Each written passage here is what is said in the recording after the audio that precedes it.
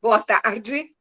Estamos realizando hoje nossa primeira live da formação da cidade, que terá como tema sujeitos aprendentes e ensinantes. Queremos agradecer a presença de todas, todes e todos e reiterar nossa alegria em estar com vocês nessa tarde. Meu nome é Sônia Couto, eu sou coordenadora do Centro de Referência Paulo Freire, do Instituto Paulo Freire, e assessora da DIEJA nas etapas de alfabetização e básica. Juntamente comigo, temos a participação da professora Gláucia Dolim Marotti Ferro, professora aposentada da Faculdade de Educação da Universidade de São Paulo, na área de metodologia do ensino de línguas e da pós-graduação da mesma instituição na área de educação e linguagem. E também, neste momento, ela é assessora da DIEJA em língua portuguesa e língua inglesa. Nós vamos dar início à nossa live com uma participação muito especial, que é a participação do cordelista Costa Sena, que é ator, cantor e compositor, autor dos livros Cordéis que Educam e Transformam e Caminhos Diversos sob os Signos do Cordel. O Costa Sena tem dedicado sua arte para refletir com educadores e educadoras sobre o papel transformador da educação. Boa tarde, Costa Sena. Boa tarde. É um prazer imenso estar tão próximo dessa gente tão sabida, tão maravilhosa, que tem um cheiro de Paulo Freire, sabe? É muito bom. Meu boa tarde a todos vocês. Eu gostaria de declamar uma poesia que se chama Livro, o Melhor Amigo do Mundo, que observando eu percebi que a maioria das pessoas que tiveram ou têm convivência com livros, a maioria das pessoas bem-sucedidas tiveram com os livros, e a maioria das não bem-sucedidas não tiveram contato com o livro. Então, o livro é muito importante no nosso dia a dia. Então, eu costumo falar assim: quero falar para vocês sobre o meu melhor amigo que me ajuda a encontrar lazer, trabalho, abrigo. Desde os meus primeiros anos, ele é parte dos meus planos e segue sempre comigo. Leio livre em minha cama, em ônibus, metrô, trem, em navio ou avião, ou mesmo esperando alguém. Leio para o povo ouvir, leio para transmitir a riqueza que ele tem. Eu sou amigo do livro desde quando menininho. Ele me dá autoestima, na leitura me alinho, acho razões para lutar, com virtude retirar as pedras do meu caminho. Nem as últimas novidades, toda a tecnologia não abalam a importância do livro no dia a dia. Seja qual for a editora, leitura é a lavoura do nascer sabedoria. Livros de conto de fada, espionagem, terror, infantil ou juvenil, para formação de ator, direito, pedagogia, de moda, filosofia, biologia, humor, música, esporte, lazer, ética ou cidadania, de produtos naturais, tarô ou quiromancia, livros que negam a guerra, são os que pedem para a terra paz, amor e harmonia. Terra, fogo, água e ar, memórias, ufologia, gramática, matemática, rezas, psicologia, das plantas, dos animais e de todos os minerais, mistério e ecologia. Da educação, de alta ajuda ou estima, didático, literatura, romances, biografias, novelas, apicultura, uns de histórias da arte, outros que falam de Marte, ciência e arquitetura. Crianças, jovens e adultos, o livro é nossa luz. Se alimentem da riqueza que essa leitura produz. Livros da ressurreição, livros da evolução do legado de Jesus. Da educação infantil até a livre docência, os livros são universos que atiçam nossa vivência, pois exala da leitura o perfume que emoldura sempre a nossa eficiência. Hoje, não ler é viver na mais baixa dimensão. É a leitura na vida, a vida em evolução. Enxergar sem saber ler é o mesmo que viver à sombra da escuridão. Na leitura encontro asas, prazer, força para voar. Em qualquer cosmicidade, eu faço o meu ser pousar. O livro é o meu transporte, a leitura, o passaporte, direitos de conquistar.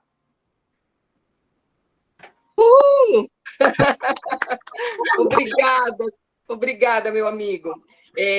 Hoje nós vamos falar sobre um tema importante que é sujeitos, ensinantes e aprendentes.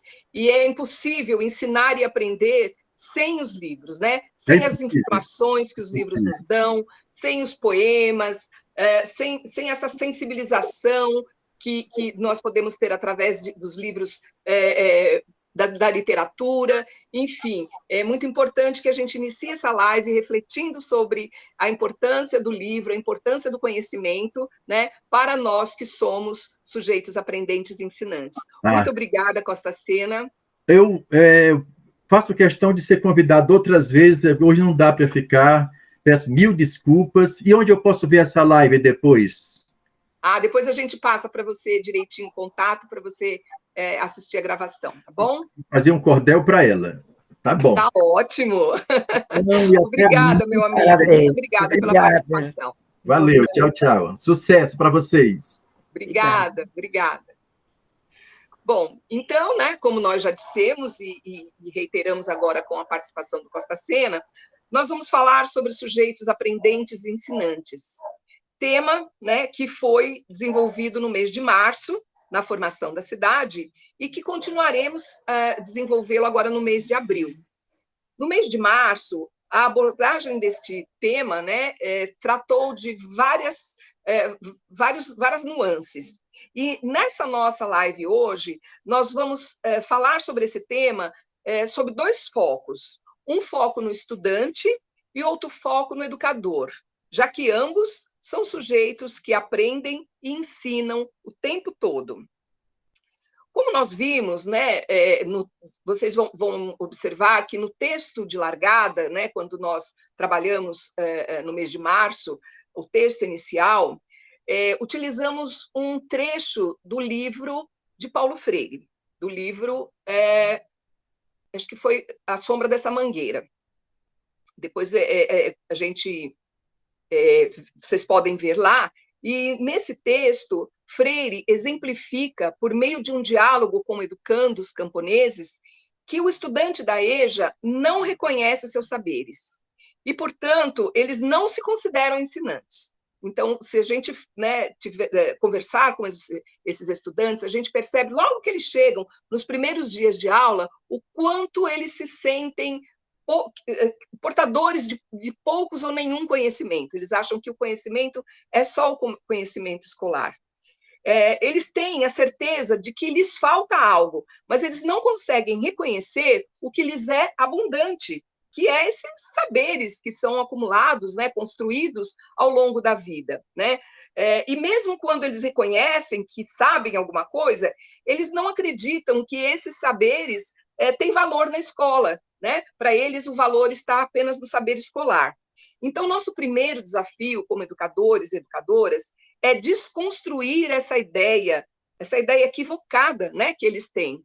E, para isso, é preciso que a gente reflita muito sobre isso, e por isso nós apresentamos, depois, no outro momento, no percurso, as diferentes concepções de sujeito, culminando na teoria socioconstrutivista, que recupera a posição de homens e mulheres como sujeitos da história, né? Então, ser sujeito, ensinante e aprendente é ser também sujeito da história, sujeito que reconstrói a sua vida, que ajuda a construir, né, esse mundo na coletividade, enfim, essa posição que supera as condições daquela consciência que Paulo Freire chamava de intransitiva ou de ingênua e constrói em si e com os outros, sempre no coletivo, uma consciência crítica, né? E essa consciência que instrumentaliza, né, esses sujeitos para o fazer histórico. Então, neste percurso, nós também falamos que o sujeito é aquele que aprende pensando, que aprende compreendendo ativamente e agindo sobre o objeto do conhecimento. é o sujeito capaz de questionar suas certezas, de reconhecer a dúvida e fazer dela, a dúvida, a possibilidade de construir novos conhecimentos. Então, para isso é preciso que o educador e a educadora proporcione momentos de conflito nas atividades, no decorrer das aulas. Esses conflitos é que vão possibilitar que esse estudante chegue num momento em que ele fala, bom, não sei mais o que fazer daqui para frente. E aí sim ele vai buscar, diante desse momento de impasse, ele vai buscar novas saídas para dar conta daquele novo desafio que se apresenta, né? Paulo Freire chamava essas situações de situações limites. E quando esse estudante conseguia superar essa situação limite, acontecia a possibilidade de um novo conhecimento, que era o que ele chamava também de inédito viável. Então, a situação limite causa o conflito, e o conflito gera novas descobertas, que são inéditos, conhecimentos novos possíveis naquele momento para superar o conhecimento anterior. Então, é um processo muito bonito, né? A alfabetização, principalmente, ela lida o tempo todo com esses momentos de descoberta, de conflitos, de muitas vezes até um desespero, mas quando o educando, o estudante consegue achar uma saída para aquele desafio, aí o prazer que ele sente é muito grande, e isso, para nós, educadores, também é um momento muito bonito. Então, nós podemos listar algumas práticas que podem nos ajudar nesse desafio, né? A primeira prática que eu poderia sugerir aqui seria a necessidade de introduzir em todas as aulas um ciclo investigativo. O que seria isso? Partir sempre de perguntas e não de respostas. Freire tinha uma forma muito peculiar de conversar, de dialogar, de discursar com a gente, né? Ele sempre utilizou a pedagogia da pergunta ao ser perguntado sobre algo, né? Ele devolvia a pergunta, mas não simplesmente devolvia por devolvia, mas ele fazia o que ele chamava de cerco epistemológico. E o que era isso? Ele começava a trazer vários elementos para aquela questão que lhe foi perguntada e nos envolvia naquela conversa, naquela explicação, que quando chegava um determinado momento, que a gente mesmo já tinha construído a resposta para a nossa pergunta, porque ele nos provocava a isso. Então, seria muito mais fácil, né, dar a resposta. E o professor muitas vezes se vê tentado a isso quando o aluno faz uma pergunta, mas esse ato de nos enredar, de levar o estudante a perceber e construir a sua própria resposta, isso é muito significativo e tem um valor muito maior, porque esse conhecimento partiu dele, foi construído por ele, e isso ninguém mais tira. Então, é muito importante que o educador tenha essa prática, né, de sempre questionar. Uma segunda prática, também muito importante, é sempre, sempre, sempre alinhar as respostas ou os discursos dos estudantes ao conteúdo que será desenvolvido. Ou seja, às vezes eles falam coisas e não percebem que naquele falar está imbuído uma série de conhecimentos. Eu lembro que quando eu era educadora da EJA, que eu fui educadora por 31 anos, eu tinha um estudante que era marceneiro, e ele era, né, não sabia ler, não sabia escrever, mas ele construía móveis maravilhosos. E eu comecei a perguntar para ele como ele chegava àqueles resultados, né, tão precisos para conseguir construir um móvel com um encaixe perfeito, com medidas exatas, né? E fui buscando dele as estratégias, né, que ele usava para isso. E é muito interessante que, nesse movimento, ele percebia o que tinha conhecimento. Essa era a primeira coisa. E uma segunda informação que era passada ali é que existiam outras formas, além das formas escolares que a gente tem, né, de se chegar a um determinado resultado, de se fazer cálculos, por exemplo, né? Então, é sempre importante alinhar os conhecimentos escolares com esses conhecimentos de experiência feita que os educandos trazem. Uma terceira prática, uma terceira exigência, eu diria assim, de quem trabalha com educação de adultos, é nunca infantilizar. Nunca. E às vezes a gente infantiliza na metodologia, ou infantiliza, às vezes, até na linguagem, né? Quando a gente pega um educando idoso, uma educanda idosa, que a gente fala assim, né? É aquela senhorinha, e a gente começa no diminutivo, porque é uma forma carinhosa, vamos lá, vamos fazer a lição, pega seu caderninho, que eu vou te ajudar. Então, às vezes, essa forma que a gente entende como carinhosa, ela pode parecer uma tutela, né, como se faz com criança. Então, o educando adulto ele precisa se sentir autônomo, ele precisa se sentir capaz. E o nosso objetivo, né, o nosso dever aí, ao tratar desse educando, é tratá-lo como uma pessoa que é capaz, sim, de superar todo e qualquer desafio que a gente der em sala de aula. Então, existem, às vezes também, sem a menor intenção, práticas infantilizantes.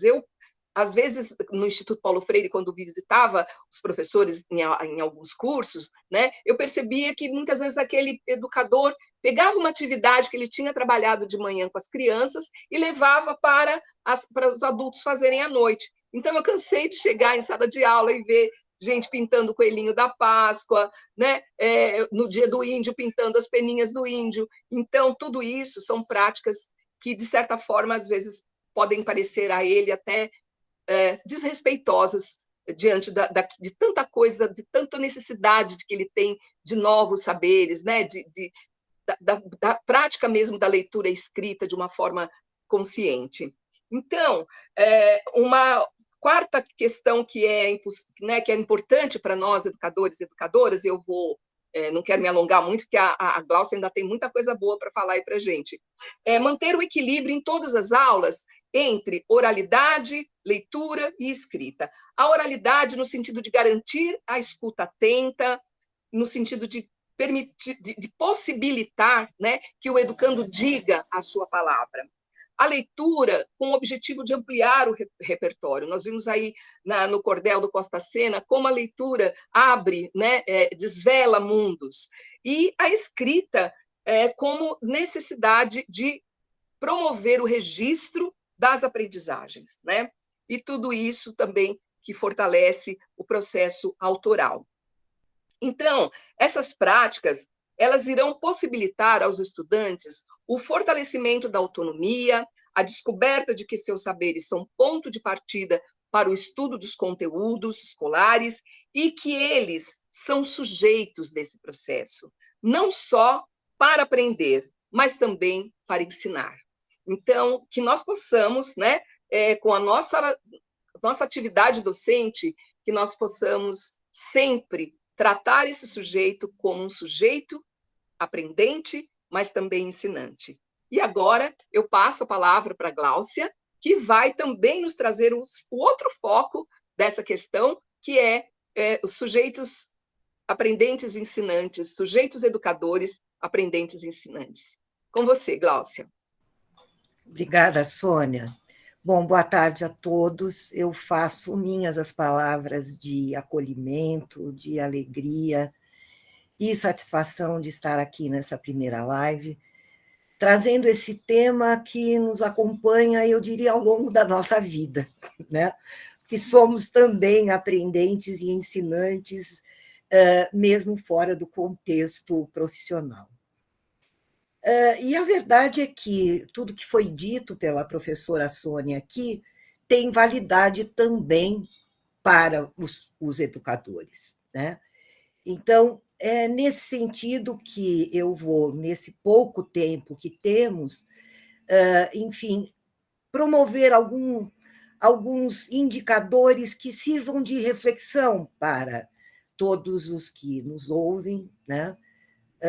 Inclusive à luz do currículo da cidade, de modo a possibilitar, digamos, compartilhamento de ideias, discussões, reflexões profícuas, no sentido de atender às necessidades desse novo currículo.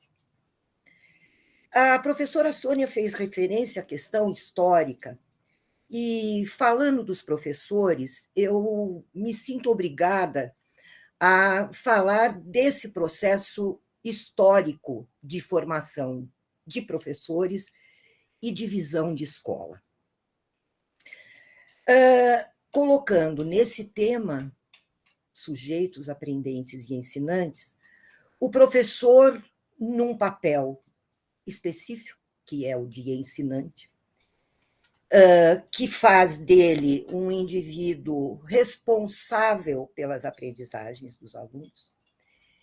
E, por outro lado, os estudantes que se veem lá nessa condição, né, de não detentores de conhecimentos vários ao longo da sua vida e que veem nessa educação escolar a oportunidade de conhecer, não considerando, obviamente, os conhecimentos que ele já detém. Essa visão de escola, por sorte, historicamente, vai se alterando.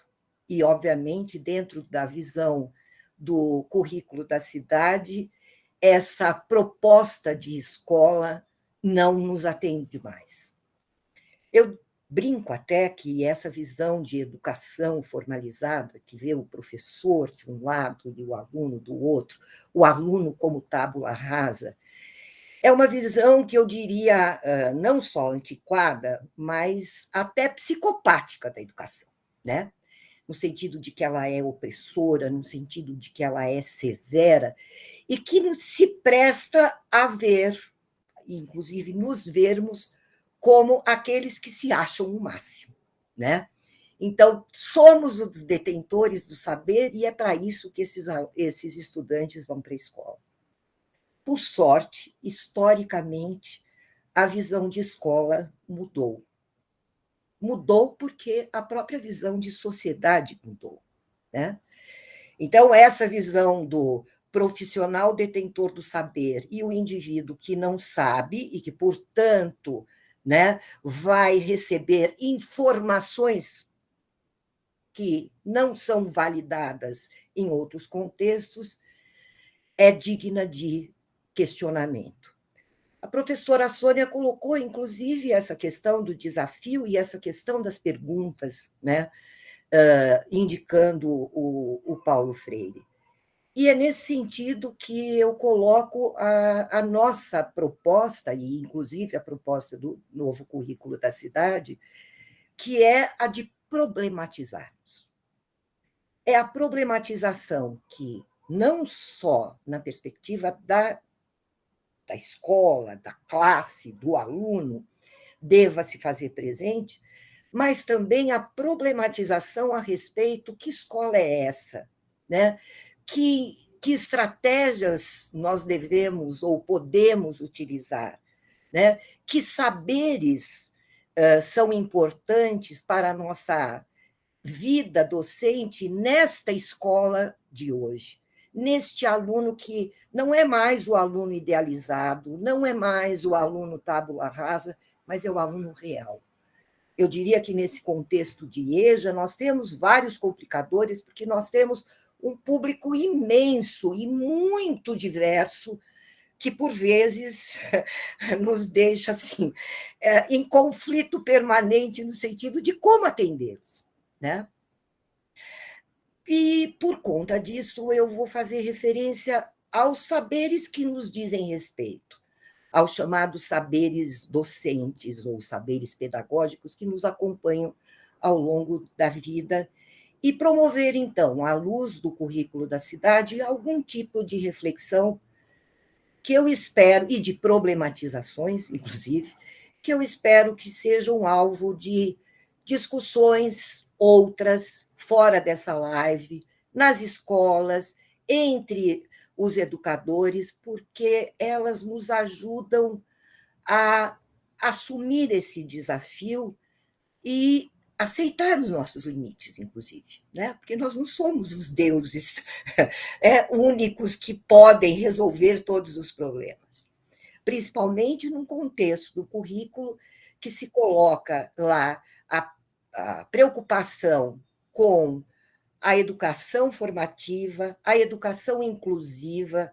que não é apenas a educação de incluir pessoas com algum tipo de problema, mas incluir essa diversidade de público que se faz presente nas escolas de hoje, especialmente em EJA, e também a educação voltada para a equidade, né?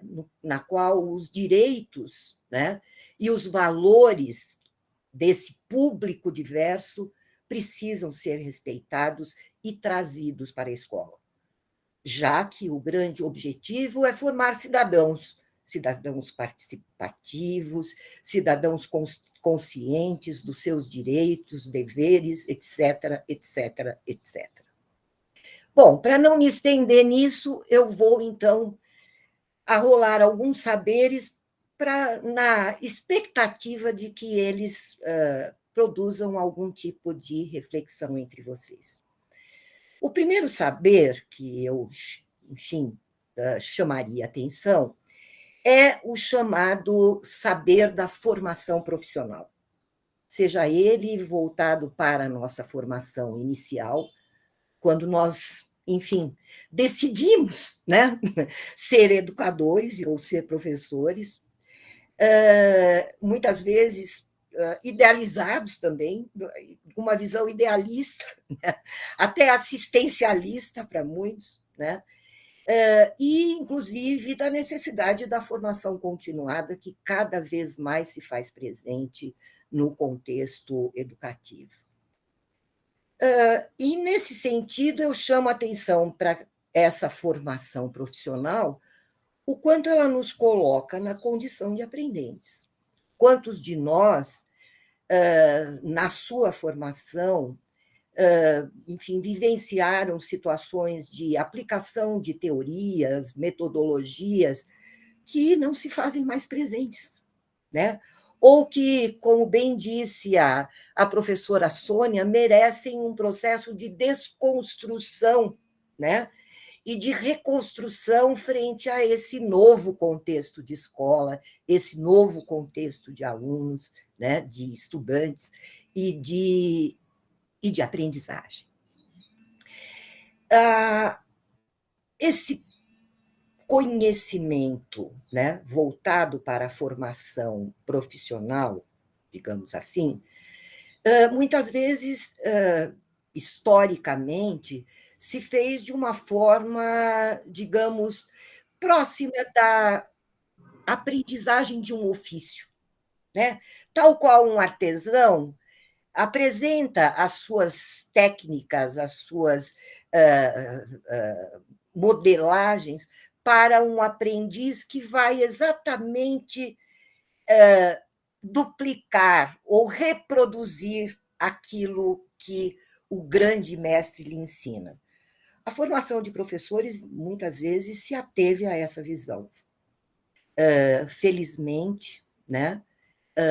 Hoje nós pensamos em outras questões, problematizamos a formação de professores, seja no plano da formação inicial quanto na formação continuada, vendo que esses indivíduos, quer queira, quer não, enquanto aprendentes, se colocam numa condição de ensinantes que precisam continuar a aprender. Não preciso aqui dizer o quanto essas questões nos acompanham. Eu mesma, como professora de línguas, especialmente no caso do inglês, faço parte de um grupo que, na sua formação inicial, tinha lá como referência de língua o seguinte dilema: é o inglês americano ou é o inglês britânico? Né? E hoje, inclusive no próprio currículo, outras referências a respeito desse conceito de língua se fazem presentes. voltadas para quê? Para esse mundo que está aí à nossa volta, esse mundo global, no qual o inglês é conceituado como língua franca, ressignificada e revista, né? É o nosso inglês, é a forma de língua com a qual nós nos comunicamos com o mundo. Então, em relação a essa questão, acho que todos os educadores, respeitando a sua própria atividade como professor têm muito a refletir a respeito dessa formação, né, profissional. E eu coloco uma questão que nós acabamos de viver muito recentemente, que foi a pandemia. Nós não fomos formados para as novas tecnologias que estão aí presentes, e, de repente, nós nos vimos na condição de efetivos aprendentes e ignorantes, melhor dizendo, né, dessa situação. E tivemos que recorrer a quem puder, né? Filhos, até netos, em alguns casos, que nos ajudavam, enfim, a dar conta desse grande desafio. E que atingiu não só professores mais velhos como eu e mesmo a Sônia, professores iniciantes, né? Professores recém-saídos da escola, né? Da universidade, e que também não foram formados para esses saberes. Bom, um segundo saber, e que também tem a ver com a questão relativa ao saber docente, é o saber curricular. E aí, pensando no novo currículo, quantas problematizações se fazem presentes e quantos desafios nós temos que assumir, não é mesmo? É algo assim que beira a loucura, muitas vezes, né? Mas é nessa possibilidade de enfrentamento desse conflito, desse desafio, eu costumo dizer que a educação é propriamente o gerenciamento de conflitos vários, é que, enfim, à luz desse novo currículo, novas perspectivas, novas teorias, novas estratégias se fazem presentes, inclusive na perspectiva do trabalho e da visão de professor e de estudante.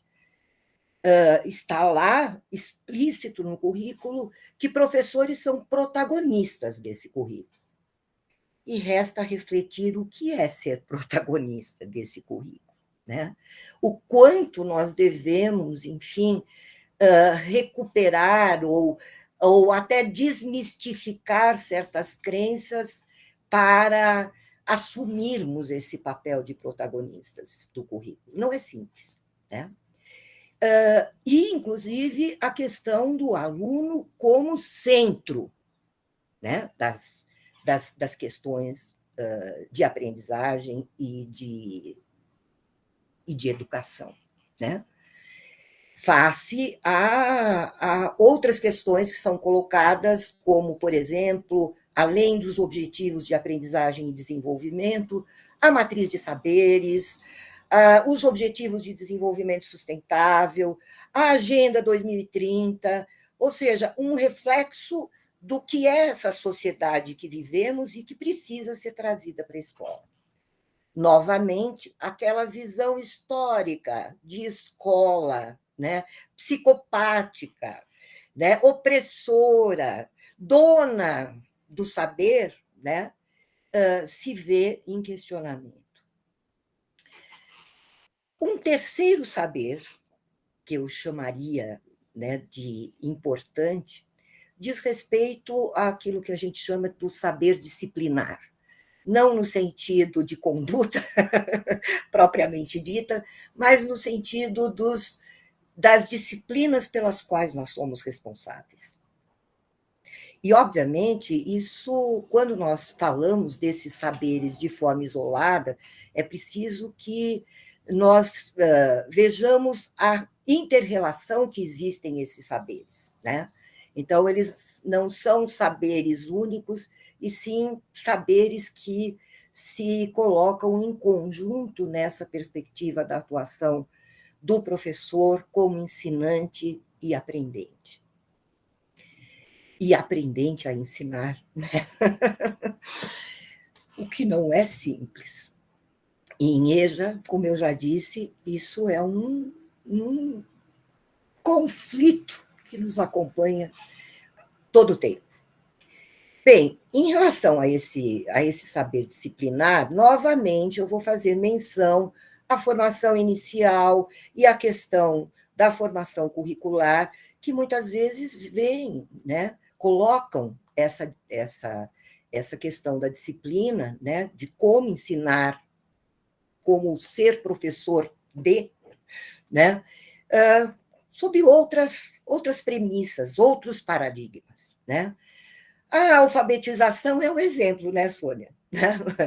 Quantos métodos, né, são hoje, inclusive, postos em questionamento, muitas vezes até isolados, né, da escola, e que, enfim, se traz, né, como você disse bem, essa visão socio-interacionista da linguagem, que nos remete a uma outra visão de alfabetização.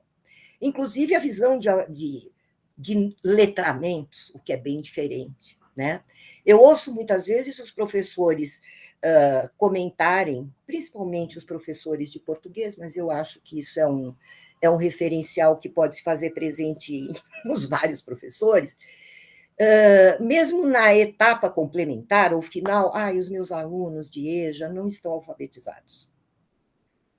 E aí eu pergunto, e nós todos? Nós estamos efetivamente alfabetizados ou somos também alfabetizandos? Quantos de nós, em algum determinado momento, temos dificuldade? Bom, isso é com 2 S, é com C cedilha, eu uso este tipo enfim, de palavra, o que ela quer dizer?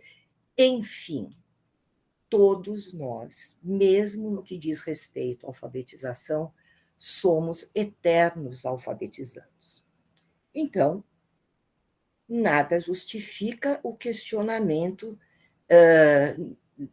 nessa condição de colocarem os estudantes na condição de não alfabetizados. Eles são alfabetizantes. E o nosso papel é garantir cada vez mais que eles se desenvolvam nesse sentido. E saber que, mesmo depois da escola, eles continuarão alfabetizando. Muito bem, questionamentos à parte, reflexões que são pertinentes a essa questão, eu chamaria também a atenção do quanto essas disciplinas curriculares que se fazem presentes no currículo da cidade são alvo de novas premissas, novos paradigmas. E a nossa responsabilidade, dentro daquela perspectiva curricular, é fazermos também desse currículo um elemento para novas aprendizagens, para novas problematizações a respeito da nossa própria formação, para o compartilhamento dessas problematizações com os nossos colegas, né? Porque também existe, em relação a essa questão da formação disciplinar, e que, historicamente, muitas vezes, nós nos víamos numa condição de isolamento, né? Eu sou professora de português, portanto, não me diz respeito o resto. Não, hoje, frente às novas perspectivas de trabalhos interdisciplinares, de visões transdisciplinares, né, de recuperação desses conhecimentos que não se faziam presentes na escola e que hoje são importantes, da recuperação, inclusive, do que é significativo para esses alunos, que aprendizagens, né, são efetivamente importantes naquele momento, com aquele grupo, naquele contexto, naquela escola, naquele território. Então, tudo isso nos faz nos coloca, digamos assim, numa condição de não isolamento e da necessidade de compartilhamento, né? De ideias, de problemas, né? E de vencermos em conjunto os desafios e de limites também, né? Quando eu falo isso, eu não estou esquecendo os nossos limites, né?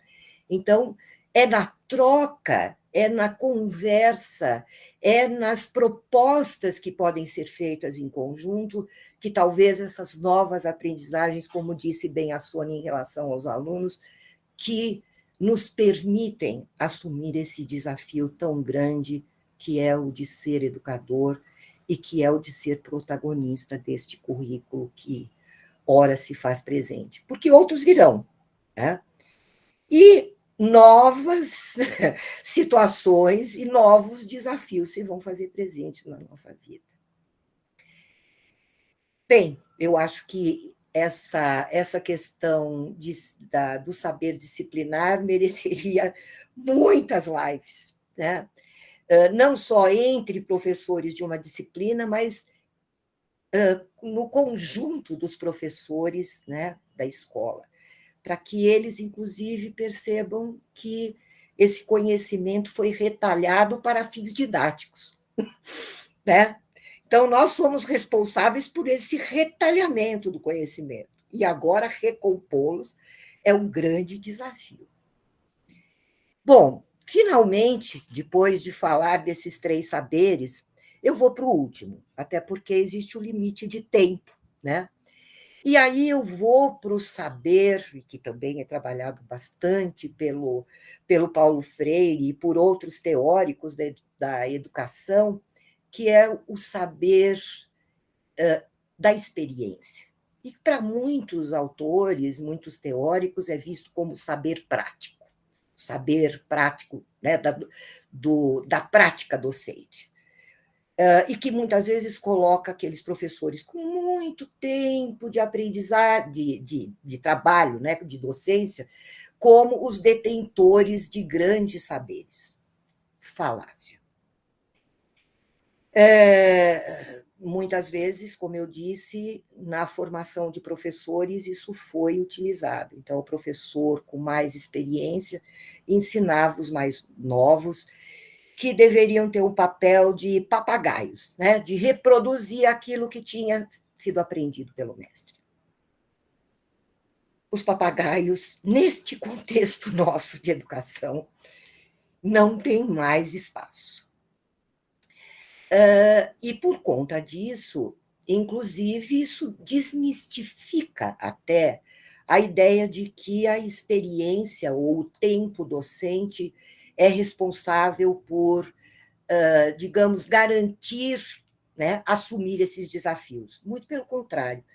Às vezes ele é responsável por certas crenças e mitos que se fazem presentes nesses professores que vivenciaram situações outras, né, e que, por conta dessas experiências vividas, justificam e idealizam certas práticas e negam outras, né? Nem sequer permitem a possibilidade de novas práticas. Coisa também que o nosso currículo procura desconstruir. O que não quer dizer que a experiência docente seja um referencial importante, mas muito mais para a reflexão e para o compartilhamento e para, inclusive, a necessidade de uma nova formação, de revisão dessas crenças e também do compartilhamento com os mais novos, aprendendo com eles, inclusive, né? E a possibilidade que nós temos de, junto com os professores iniciantes, vermos o quanto nós precisamos refletir e reconsiderar certas práticas. Ou seja, nesse conjunto, né, de experiências que nos acompanham ao longo da vida, numa prática efetivamente reflexiva e crítica, e aí a validade de tudo que a professora Sônia nos apresentou no início dessa live devem se fazer presentes. E para vocês, professores de EJA, essa possibilidade do ser professor deste contexto ora existente, numa cidade como a cidade de São Paulo, uma metrópole, com esse grupo tão heterogêneo de estudantes e classes muitas vezes tão diferentes, esta é a oportunidade da experiência vivida, né?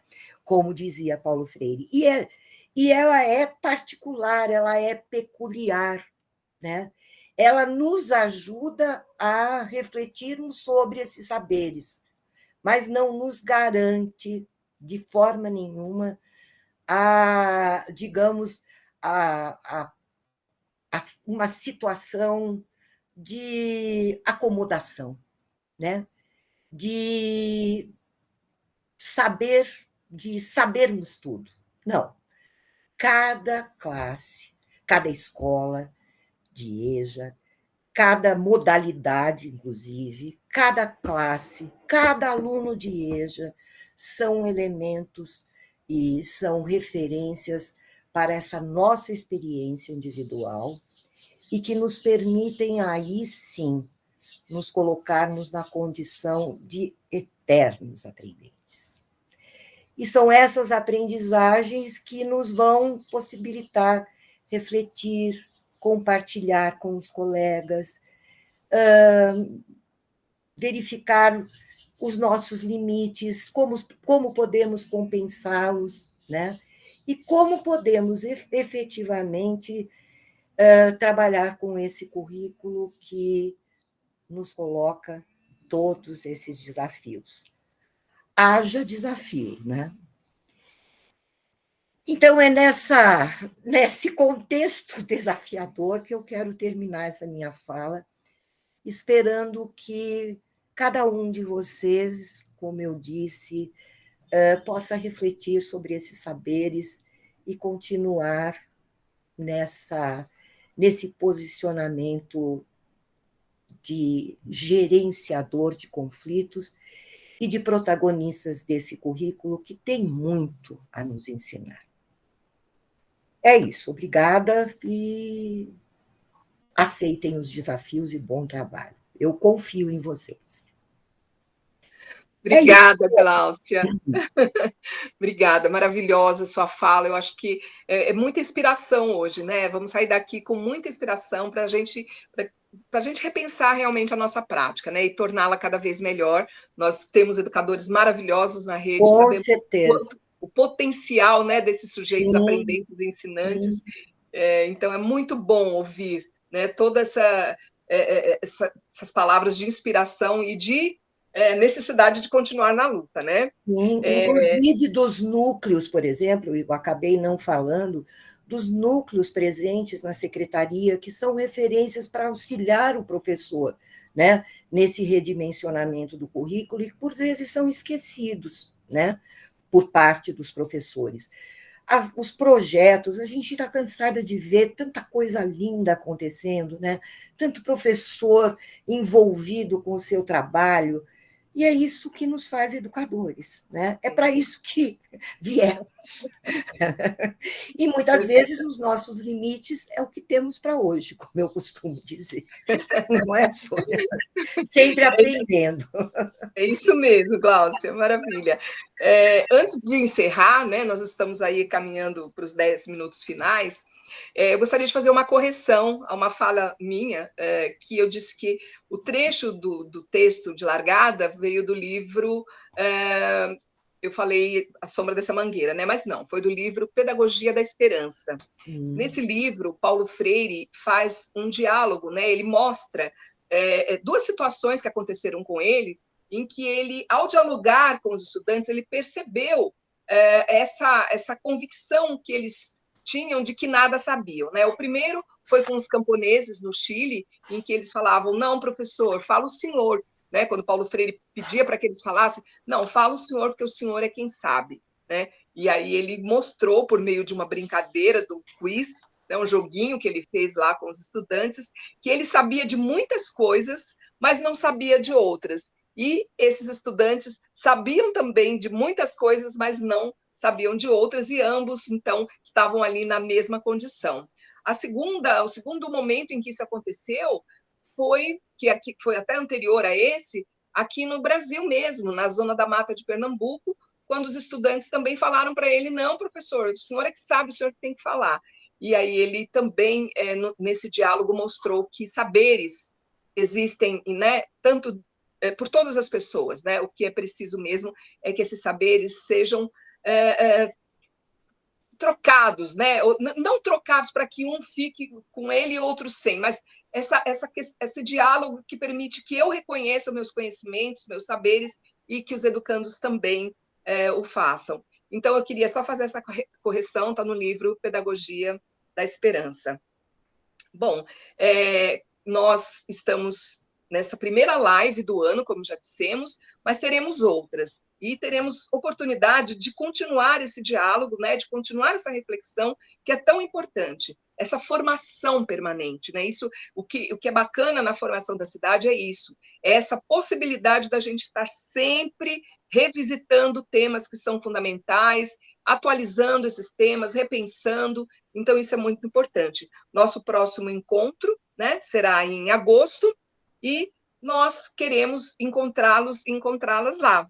Eu quero agradecer a participação de todos vocês e dizer que nós, né, eu, Glaucio, os demais assessores, estamos à disposição para qualquer dúvida. Né? O nosso objetivo é que realmente essa formação da cidade faça diferença na vida dos professores, das professoras, faça a diferença também nas nossas vidas como formadores e formadoras, e nós possamos o tempo todo estar em diálogo para problematizar questões, para refletir sobre outras, enfim, para que a gente possa realmente fazer do nosso trabalho algo que mude, né, as nossas vidas e a vida dos nossos estudantes.